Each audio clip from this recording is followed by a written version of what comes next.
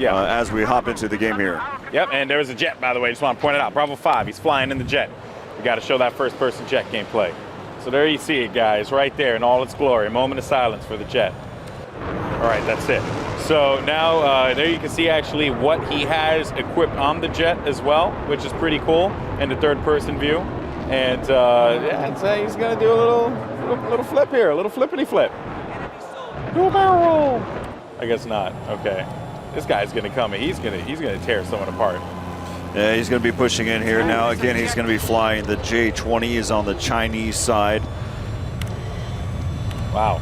Yep, and another cool thing actually that my favorite, I was talking about it before, but you know, there's just a lot of different little things that you can toggle in and out, like, you know, the Alpha and Bravo stuff. If you don't want to have it there, you can actually toggle that out, which is pretty cool too. So, but you know, for the sake of this, we want to see who's doing really well. And on the blue team, Delta Squad's actually doing quite solid. They're right now sitting 13 and 3 deaths.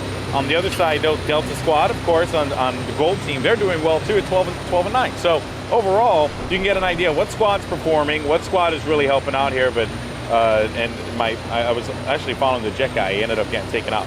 He took care of that one, Corey. Well, who are you looking at right now? We're taking a look here at Alpha 10. He's currently 10 and 1 overall. What? This guy's a beast. Which is probably the reason why. Chilling in this boat right now. He's just. Well, again, one of the things that Lars and I discussed is how effective is the amphibious vehicles really going to be in this game. Yep. And so just kind of looking at it, I mean, look at this. It's definitely efficient. You can see how they're just kind of going from beach to beach, and you realize, hey, being shot at. And if you didn't see there at E3 for Siege of Shanghai, one of the quickest ways to exit out, well, yeah, it's a jet ski. Yeah, without a doubt. That is so cool, man. It just, I still brings a smile to my face every time I see it. But yeah, and another cool thing that I'm seeing here as well in the third-person view of Alpha 10 is the movement, right? So like when his legs move, they really are like reacting to the environment as opposed to just being like static, you know, like just movements in general.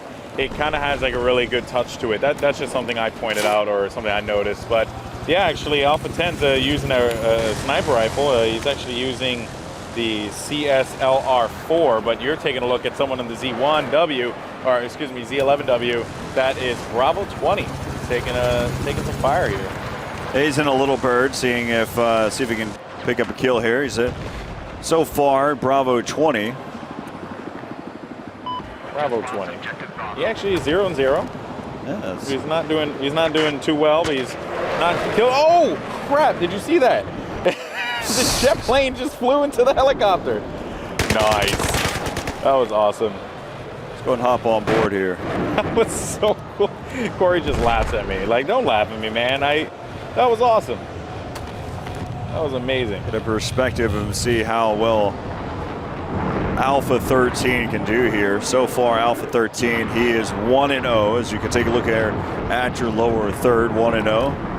20mm cannon, heat seekers, gyro stabilizer, infrared flares, or IR flares. Oh, this guy's got a lot of great control too. Yeah, he actually. I'm looking at his first-person view. I thought he was gonna dive into the water there, but he managed to stay alive. So that was definitely pretty sick. And you know, I do like the, because I'm not much of the, if I get into a plane, I die, period. I mean, that's just usually what ends up happening. But this guy seems to just have some stupendous control of this particular vessel right now. Like, he's just, and that's the thing, right? When you have a good pilot, they really do change the map. And there you can see the dynamic weather effects now coming into place here as it's getting all over his window as well. So that's the other thing, right? I mean, I don't think it's going to block his view all that much, but it's just those like little tiny effects that you can see there. So that certainly is pretty cool. And look at that. He's shooting at the windmill. And again, one of the things you'd mentioned as time goes through, you can see that this windmill is starting to fall. That jet's actually trying to help it. But now as the time is continuing to pass, here we go. This windmill will continue to fall little by little, and then that ship will be released. It's still afloat, so still effective here. Yeah, and also the water effects, do impact boats as well, if I'm correct, because the big waves that flow around through the island, if you're trying to, get good maneuvering, if you have these big waves coming through, so it impacts the map, in more ways than one, besides just this really cool evolution effect that goes down, also just using the map itself. If you want to jet ski your way out of there, you might have to wrestle with some pretty aggressive waters because of the rainstorm. So lots of cool things there to soak in for sure. And there you can see actually E, which is the shipwreck. That's staying right there. That's not going to move. It's the boat that's right in front of you. That's the one that as soon as this windmill does go down, and actually it should be happening any second. There you see it right there. And now the boat makes its way in. Just there you go. You got to get cinematic with it, Corey. Yeah, so you can take a look at exactly where it's going to go. We'll turn on just for a moment so you can know exactly where it's going to end up, going towards the sea point, the Firebase Island. And it's just cruising. We have lost objective Alpha. And it's intense, man, because I actually was playing on sea on the Firebase Island when the boat crashed in, and there you can see the boat now moving in. And look, see, imagine being right there as this boat makes its way in, like being toward the side of it. It really does change a lot. And you see how the building just comes crumbling down after getting hit by a ship. Who'd have thunk? Who'd have thunk it, So now this changes the map, right? This one guy's like, holy crap, a boat just landed right on the island. What am I going to do? Well, there's something on the boat. And actually, Corey, why don't you tell people how this actually impacts the Firebase Island? Yeah, so I haven't had the chance to really see exactly see it being used yet, but it's one of the things that the commander has the ability to use. So again, it just changes there for the game. So again, we just saw the ship go from that windmill way out in the distance to this point right here, which in the beginning it just looked like it was a part of the background. Yeah. Just extra element in the game that just makes it look prettier. But in all, just looking at it now, it's actually a part of the game. It's part of the Levolution here. That's right, and you also gain access to an anti-air gun as well through the boat. So that's a pretty big change there. That's there you can see right there, that anti-air gun. You get access to it, but you have to control the island. You have to control C in order for you to access it. Again, it's a commander feature. We haven't really seen it used just yet, but it is a commander feature. You have to have that control, and it is awesome. So just like in the way, in the last, Siege of Shanghai, the way that it really changed the map, this one also changes the map because it also blocks off this portion of the map here, because the seaside, it blocks it off quite a bit here from incoming fire from B. So that does change the element of the map and makes it rather different, which is pretty cool. I believe it's B that that the shots come down from. Yeah, it's B. So again, lots of cool stuff there. Take a look here. You can see that these players are going to be up here on top of the roof of that broken building. They've actually giving a lot of cover fire for their teammates, just trying to clear out that sea point. The guy below them too. And there is a player that you mentioned that is right below them that actually may be taken out here in just a moment. Again, there's just this nice little firefight action that's happening here. And they have, maybe that player might actually be stuck inside of the building.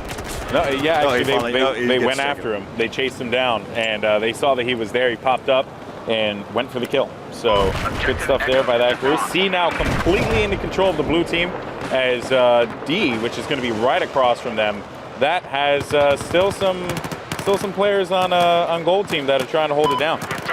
Yeah, so the Chinese again having control now. If we take a look at the overview, you can see that you've got currently the A, B is contested currently. C belongs to, so A and C belong to the Russians, and then D and E belong to the Chinese. As we just kind of take a look at the overall, we'll go ahead and hop back in here with Alpha 13. Who's going to be the pilot here for this jet? Again, for those of you that are curious, it's called the SU-50. This is his current setup. He's got the gyro stabilizer. Currently 2-0 right now. We'll go back into first-person perspective here. You can see just trying to dive in and pick up a couple kills before he bails out of there. Yeah, I mean, when you have a jet, you are pretty much a target in the sky there, especially for anti-air weaponry, just like what we saw there on sea. But fortunately for them, they do control that. So now a lot of pressure is going to be applied here on the east side shipwreck as this guy Alpha 13 is going to have to drop back and get another good pass on it again, which it seems like he was going to try and get. There you can see the other carrier. That's where the Russian team spawns, the blue team. They end up spawning in that area, but yeah, who are you taking a look at now, Corey? Now we hop on board here with Alpha 20, which is currently in this anti-air. Ooh, nice. Actually see this here. So yeah, he's actually going to be in the 9K22 Tunguska. There you go. Tunguska M. Say that 5 times fast, Corey. I dare you. Not going to happen. There you go. Right now we've got Chinese leading 508 to 426 tickets. Of course, we're playing Conquest. Tomorrow we'll get a chance to look at Obliteration. That's right. Which we have, both teams have 3 points. 3 points that they need to defend. And there's a bomb, just a randomized bomb that's laid out there. You take that bomb to an MCOM point, the opposing team's MCOM point. You blow that up. There's 3 of them, so you do that 3 times. Yep, that's going to be pretty cool to watch. Of course, that's something new. And we are going to get some great opportunities to talk about other features in Battlefield 4 as well. So I'm really stoked about that. That's going to be in the later days of this show that we're doing here for you fine people in Gamescom, and of course watching at home on Twitch TV. Once again, guys, if you want to get social about it, talk to us on Reddit. I'm on Reddit, started a thread on there, our Battlefield, where I'm talking to some of you guys or trying to get feedback from you guys to, find out what new things you guys want us to cover. Because again, just like we did at E3, we're going to do it here again for you all back at home. And then for people in Gamescom, they're just running around doing anything. I mean, I've been seeing people just randomizing so many different guns, just testing things out, what works, what doesn't work. It's pretty cool. Well, here everything is unlocked. Yes. Everything. That's what's so awesome about it. And the camos, too. The camos for everything. Every camo's unlocked. Guys, there's a lot of camos. There has to be at least like 20 camos. At least? No. Really? A lot more than that. Okay. At least I would go with a number more like 40. There's 40. Like there's camos for everything. You want to camouflage your tank? Go ahead and do that. Sure, why not? Your helicopter? Yeah, give it a paint job. That sounds good too. Every single one of your guns, yeah, we'll make a change to it. That Tiger, that Crimson Tiger looks good on it. We'll go ahead and put that on there. All these different things. Have a field day with it. Yeah.